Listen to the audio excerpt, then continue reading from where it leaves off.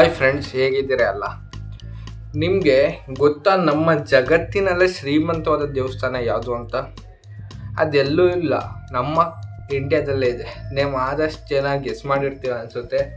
ಅದೇ ಗೊತ್ತಿರೋ ಹಾಗೆ ತಿರುಪತಿ ತಿಮ್ಮಪ್ಪ.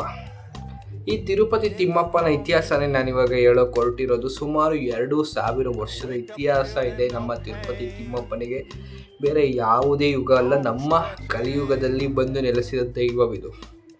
ಯಾಕೆ ಅಂತಂದರೆ 7 ಬೆಟ್ಟದ ಮೇಲೆ ನೆಲೆಸಿರೋದ್ರಿಂದ 7 ಬೆಟ್ಟ 7 ಹೆಡೆಯ ಹಾವಿನ ಸಂಕೇತ ಕೊಡುತ್ತೆ. ಅದ್ರ ಮೇಲೆ ಇರೋ ಭಾವನೆ ಕೂಡ ಈ ಒಂದು ನಮ್ಮ ತಿರುಪತಿ ತಿಮ್ಮಪ್ಪ ದೇವಾಲಯಕ್ಕಿದೆ.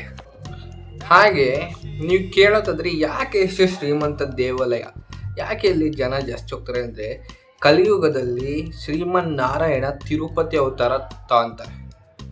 ತಿರುಪತಿ ಅವತಾರ ತಗೊಂಡು ಇಲ್ಲಿನ ತನ್ನ ಲಕ್ಷ್ಮೀ ದೇವಿ ಕೂಡ ಭೂಮಿ ಮೇಲೆ ಅವತಾರ ಎತ್ತಿರ್ತಾರೆ, ಪದ್ಮಾವತಿ. ಆ ಪದ್ಮಾವತಿನ ವಿವಾಹ ಆಗ್ಬೇಕಾದ್ರೆ ಅವರು ಕುಬೇರನ ಹತ್ರ ಸಾಲವನ್ನು ಪಡಿತಾರೆ. ನಂತರ ಈ ಸಾಲ ಪಡ್ಕೊಂಡು ಇವರು ವಿವಾಹ ಕೂಡ ಆಗಿ ಇಲ್ಲೇ ಸ್ವತಃ ಮೂರ್ತಿಯಾಗಿ ನೆಲೆಸ್ತಾರೆ. ಇವರ ವೈಶಿಷ್ಟ್ಯ ಹೇಳೋದಾದ್ರೆ ಸರಿಸುಮಾರು 8 ಅಡಿ ಇದೆ. ಈ 8 ಅಡಿ ವಿಗ್ರಹ ಏನಿದೆ, ಹಾಗೆ ರೇಷ್ಮೆಯಂತೆ ಕೂದಲು ಸಹ ಬೆಳೀತಾ ಇದೆ. ಅದು ಕೂಡ ಸರಿಸುಮಾರು ಸೂಕ್ಷ್ಮವಾದ ಕೂದಲಿನ ಎಳೆ ಅಂತ ಹೇಳ್ಬೋದು. ಅದನ್ನು ಎತ್ತಿ ತಲೆಯಲ್ಲಿ ಕಟ್ಟಿದ್ದಾರೆ. ಹಾಗೆ ನೀವು ನೋಡಿರೋ ತಿರುಪತಿ ತಿಮ್ಮಪ್ಪಂಗೆ ಇಲ್ಲಿಂದ ಇಷ್ಟು ಬೆಣ್ಣೆ ಬೆಳೆದಿರ್ತಾರೆ. ಯಾಕೆ ಅಂತಂದರೆ ತಿರುಪತಿ ತಿಮ್ಮಪ್ಪಂಗೆ ಭಕ್ತರು ಮಾಡಿದ ಪಾಪಗಳ ಮೇಲೆ ಕೋಪ ಬಂದು ದೃಷ್ಟಿ ಬಿಟ್ಬಿಡ್ತಾರಂತೆ. ಅದಕ್ಕೆ ಕಣ್ಣು ಓಪನ್ ಭಕ್ತರು ನೋಡದೇ ಇರಲಿ ಅಂದ್ಬಿಟ್ಟು ಆ ಬೆಣ್ಣೆ ಅನ್ನೋದನ್ನ ಮುಚ್ಚಿರ್ತಾರೆ.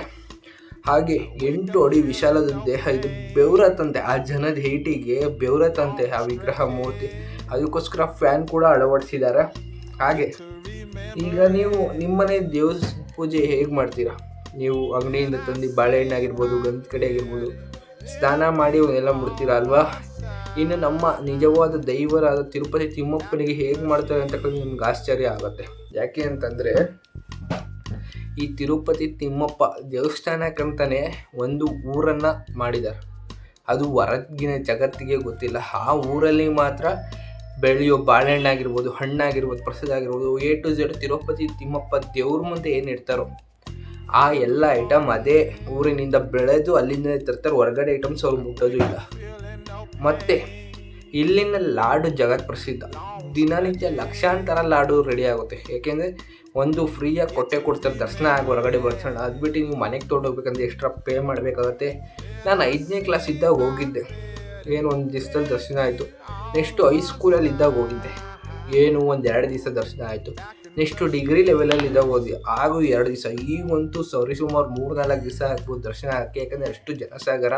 ನಮ್ಮ ಮುಖೇಶ್ ಅಂಬಾನಿ ಹಾಗೂ ಅನಂತ್ ಅಂಬಾನಿ ಎಲ್ಲರೂ ಕೂಡ ಹೋಗಿದ್ರು ಈಗ ಹೋದ ತಿಂಗಳಲ್ಲಿ. ಅವರು ಕೂಡ ಈ ಏನು ಎಲೆಕ್ಟ್ರಿಕ್ ಬಸ್ ಮೇಲ್ಗಡೆ ಫ್ರೀಯಾಗಿ ಓಡಾಡ್ತವೆ 25 ಎಲೆಕ್ಟ್ರಿಕ್ ಬಸ್ ಕೊಟ್ಟಿದ್ದಾರೆ.